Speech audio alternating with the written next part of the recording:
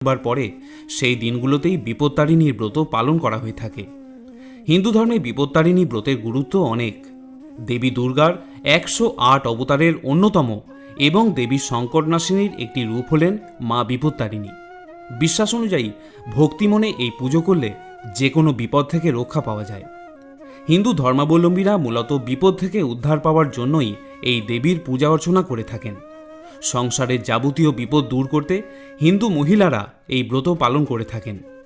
এই পূজার একটি বিশেষ নিয়ম হল সব কিছু 13টা করে উৎসর্গ করতে হয় দেবীকে। 2025 সালে অর্থাৎ এই বছর বিপত্তারিণী পুজোর প্রথম তারিখ হল আজ 28শে জুন শনিবার। বিপত্তারিণী ব্রত পালনের পরবর্তী দিনটি হল 1 জুলাই বা 16ই আষাঢ় মঙ্গলবার দিন।